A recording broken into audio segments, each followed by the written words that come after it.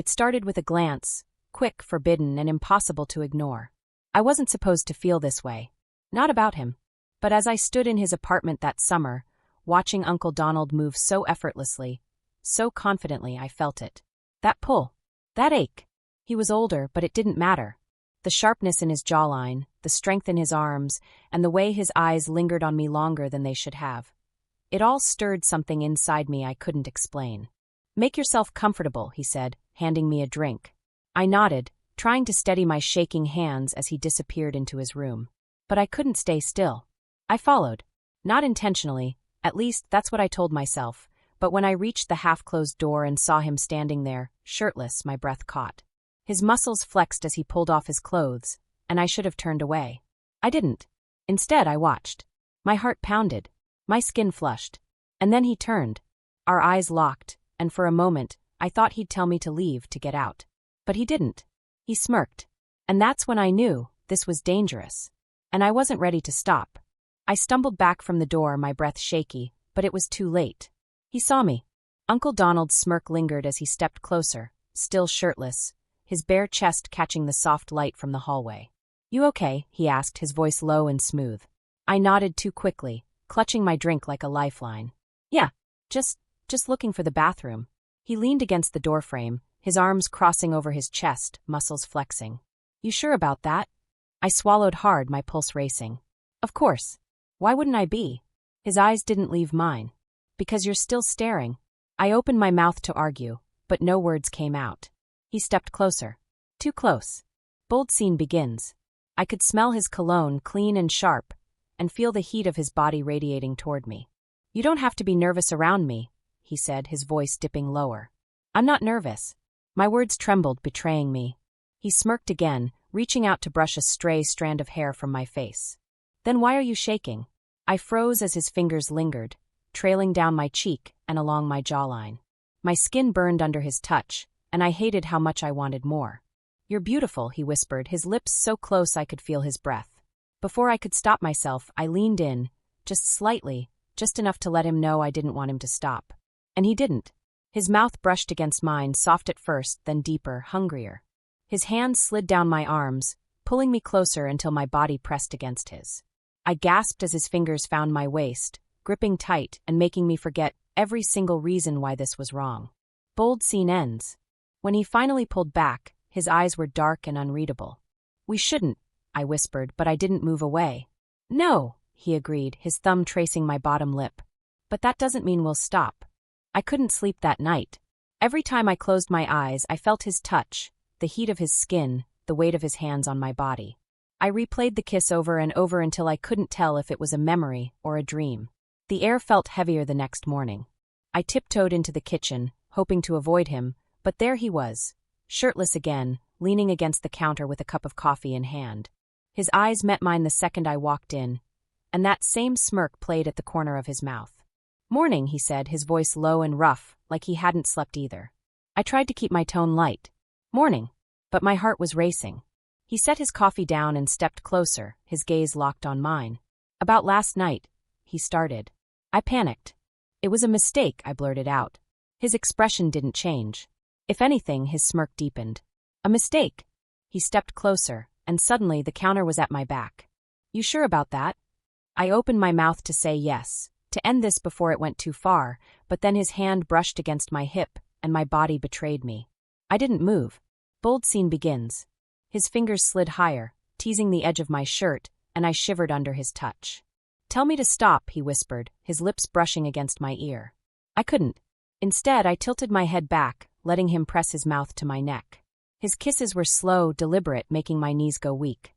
"Donald," I gasped, gripping the edge of the counter as his hands explored my body. He lifted me easily, setting me down on the counter, and his lips claimed mine, rougher this time, hungrier. I wrapped my legs around his waist, pulling him closer, desperate to feel more. The world outside didn't exist anymore. There was only him, his touch, his heat, his mouth on mine. Bold scene ends. When it was over, we stood there, breathless, tangled in each other. "This is dangerous," I whispered. He ran his thumb along my jaw, tilting my face up to meet his gaze. "That's what makes it worth it. And the worst part." I agreed. I avoided him the rest of the day, but it didn't help. No matter where I went, the kitchen, the patio, even my room, I felt him. His touch lingered on my skin, and my body craved more. By the time night fell, I was restless. I lay in bed, staring at the ceiling, trying to convince myself to stop this before it spiraled even further out of control. But then I heard footsteps outside my door. A soft knock. I froze. Evelyn. His voice was low, rough, and it made my stomach twist. I hesitated, but then I got up. My hand trembled as I opened the door. He was standing there, shirtless again, his eyes dark and unreadable. "Can we talk?" I nodded, stepping aside to let him in. But the second the door closed behind him, the air shifted. Neither of us moved. Neither of us spoke. We just stood there, the tension between us thick and dangerous. And then he reached for me. Bold scene begins. His hand cupped the back of my neck, pulling me to him, and his mouth crashed against mine. This wasn't slow or hesitant. It was desperate, like he'd been holding back all day and couldn't anymore. I melted into him, my fingers tangling in his hair as he backed me toward the bed. I gasped as his hands slipped under my shirt, trailing fire along my skin, and when he lifted it over my head, I didn't stop him. His lips trailed down my neck, across my collarbone and lower, making me shiver with every kiss. "Do you want me to stop?" he whispered, his breath hot against my skin. "No," I breathed, arching into him. He pushed me down onto the bed, his body covering mine, and I lost myself completely. Bold scene ends. Later, as we lay tangled in the sheets, I rested my head against his chest, listening to the steady beat of his heart. "We can't keep doing this," I whispered, but even as I said it, I knew it was a lie. His fingers traced lazy circles on my back. "Then don't stop." And in that moment, I didn't care about the consequences. I only cared about him. The morning light spilled through the curtains, but I didn't move. I was still wrapped in his arms, my body sore in ways that made it impossible to forget what we'd done. I knew I should leave, slip out quietly before things went too far. But then his hand slid down my back, pulling me closer. "You're awake," he murmured, his voice rough with sleep. I nodded, unable to meet his eyes. "I should go." He tightened his grip, his lips brushing against my neck. "Don't." "Donald," my voice trembled. "This isn't right." "Then tell me you don't want this," he said, rolling me onto my back, so I had no choice but to face him. His eyes burned into mine, and I knew I couldn't lie. "I can't," I whispered. Bold scene begins. He kissed me again, deeper this time, and I gave in all over again. His hands explored my body, relearning every inch like he couldn't get enough. My legs wrapped around him, pulling him closer, and I arched into his touch, gasping as his lips traced a path down my neck. I didn't care about the risk. Not when his body pressed against mine, his heat consuming me. Every movement made me forget who we were, what this was. And I wanted more. Bold scene ends. When it was over, I lay tangled in the sheets, trying to catch my breath as reality crept back in. "This is dangerous," I said, my voice barely above a whisper. "So?" He propped himself up on one elbow, brushing a strand of hair from my face. "You're not running." I couldn't argue. Because as much as I knew this was wrong, I didn't want to run. Not yet. The days blurred together after that. I told myself I'd stop, that this had to end. But every time we were alone, I fell right back into his arms. It wasn't just the physical. It was the way he looked at me, like I was the only thing he wanted. Like he couldn't resist me any more than I could resist him. And that scared me. One evening, we were sitting on the couch, the TV playing quietly in the background, but neither of us was paying attention. He reached for my hand, his thumb brushing slow circles against my skin. "You're thinking too much," he said softly. I glanced at him, trying to keep my voice steady. "Maybe that's a good thing. Or maybe you're overthinking." I pulled my hand away, standing up to put some distance between us. "Donald, we can't keep doing this." "Why not?" He stood too, closing the space between us before I could move. "Because it's wrong," I said, but my voice cracked. "Then tell me to stop." I opened my mouth, but the words wouldn't come. Bold scene begins. Instead, I let him pull me against him, his mouth crashing against mine. My resolve shattered the second he touched me. His hands roamed my body, gripping my hips and pressing me back against the wall. I moaned as his lips trailed down my neck, leaving heat and goosebumps in their wake. His fingers slid under my shirt, pushing it up and over my head, and I gasped as he lifted me, pinning me between him and the wall. My legs wrapped around his waist, my body arching into his as his hands explored every inch of me. The tension between us snapped, and nothing else mattered. Not the risk. Not the consequences. Just him. Bold scene ends. When it was over, we collapsed onto the couch, breathless and tangled together. "This is going to destroy us," I whispered, my head resting against his chest. He ran his fingers through my hair, his voice steady. "Then let it." But deep down, I knew it already had. I couldn't look at myself in the mirror the next morning. Every inch of my skin still tingled from his touch, but my mind wouldn't stop racing. The guilt was suffocating, yet the hunger for him still burned inside me. I tried to act normal, but when I walked into the kitchen and saw him standing there, shirtless, coffee mug in hand, my breath hitched. His eyes found mine, and just like that, every bit of restraint I'd tried to build shattered. "You're avoiding me," he said, leaning against the counter. "I'm trying to think clearly," I shot back, but my voice trembled. He set his mug down and walked toward me, closing the distance until I could feel his heat. "Tell me you regret it," he said, his voice low and steady. I couldn't. Because I didn't. Bold scene begins. His hand brushed against my cheek, tilting my face up to his. "You don't," he whispered, his lips so close to mine I could feel his breath. Before I could respond, his mouth claimed mine, hungry and demanding. I melted against him, my arms wrapping around his neck as he pressed me back against the counter. His hands gripped my waist, sliding under my shirt and lifting it off without hesitation. I gasped as his lips trailed down my neck, leaving heat and shivers in their wake. He lifted me onto the counter, spreading my legs as his body pressed against mine. "Donald," I moaned, my fingers tangling in his hair as his hands explored every inch of me. Nothing else mattered in that moment. Not the fear. Not the consequences. Only the fire between us. Bold scene ends. When it was over, I stayed in his arms longer than I should have, my heart pounding against his. "This is out of control," I whispered, pulling away just enough to meet his eyes. "Then let it be," he said, his voice firm. "I'm not letting you go." And as much as I wanted to argue, I knew the truth. I didn't want him to let go. The weight of what we were doing started pressing down on me. Days turned into nights, and every stolen moment with him pulled me deeper into something I couldn't escape. I told myself it was just lust, something I could control, but the way he looked at me, touched me, made me feel, told a different story. It was obsession. That night, I found myself in his room again, drawn there like I had no choice. He was waiting, leaning against the edge of the bed, shirtless as usual, his muscles flexing in the dim light. "You shouldn't be here," I whispered, but even as I said it, I closed the door behind me. "And yet," he smirked, stepping closer. I didn't stop him. Bold scene begins.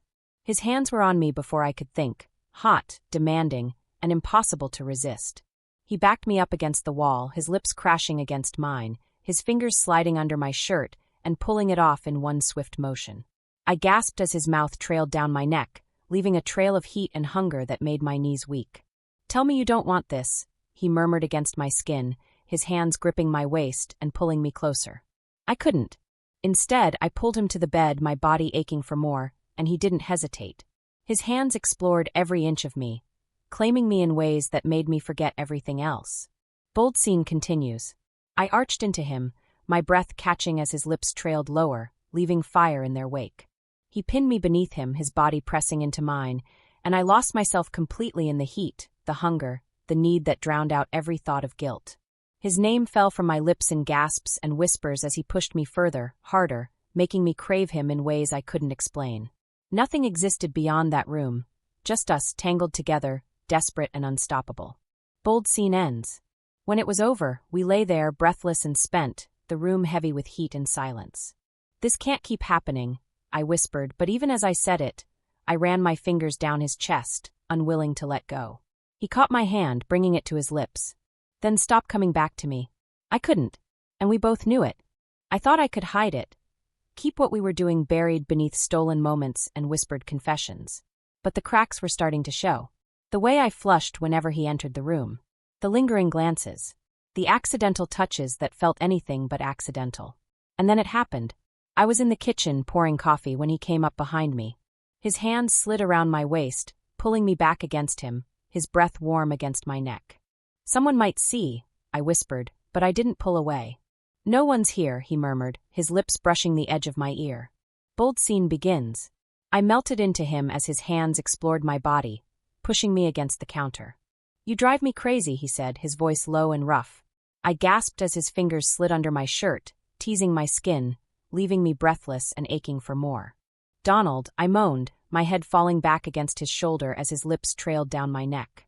He spun me around, lifting me onto the counter, and his mouth claimed mine. Hungry, desperate, unstoppable.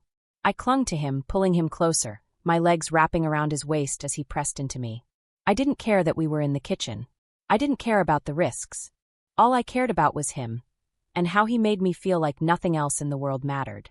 Bold scene ends. But then we heard it. The front door. We froze, our breathing ragged, our bodies still tangled together as footsteps echoed down the hall. Panic twisted in my chest as I pushed him back, scrambling to fix my clothes just as the door opened. And there he was. My father. His eyes darted between us, and in that moment I knew. He saw everything. Time stopped. My father's eyes locked onto mine, then shifted to Donald. His expression darkened, and the silence in the room became suffocating. What the hell is going on here? I opened my mouth to speak, but nothing came out. My heart pounded so loudly I thought it might explode. Donald stepped forward, his voice calm but firm. It's not what it looks like. But it was exactly what it looked like. Don't lie to me, my father snapped, his voice sharp and filled with fury. I'm not an idiot, Donald. I flinched at his tone, tears burning my eyes. Dad, please. No, he held up his hand, cutting me off. I trusted you. His voice cracked, and that hurt more than the anger in his eyes. Both of you. Donald tried to step closer, but my father pointed at him. Don't. The air felt like it was caving in on me, and I couldn't breathe. I'll fix this, Donald said, his voice low and steady. There's no fixing this, my father shot back. Get out. Now. Donald hesitated, looking at me, but I couldn't meet his eyes. Leave, my father barked, and this time Donald did. When the door slammed shut, my knees gave out. I sank to the floor, shaking, as my father stood there, staring at me like he didn't even recognize me anymore. How long? He asked quietly. I couldn't lie. A few weeks. His shoulders sagged, and for the first time he looked broken. I need time, he said finally, his voice hoarse. Then he turned and walked away, leaving me there in the silence. Call to action. Now I'm left wondering, did I just destroy everything? Was it worth it? Tell me what you think. Should love ever cross those lines? Let me know in the comments below. And don't forget to like, subscribe, and hit the notification bell for more stories that push every limit.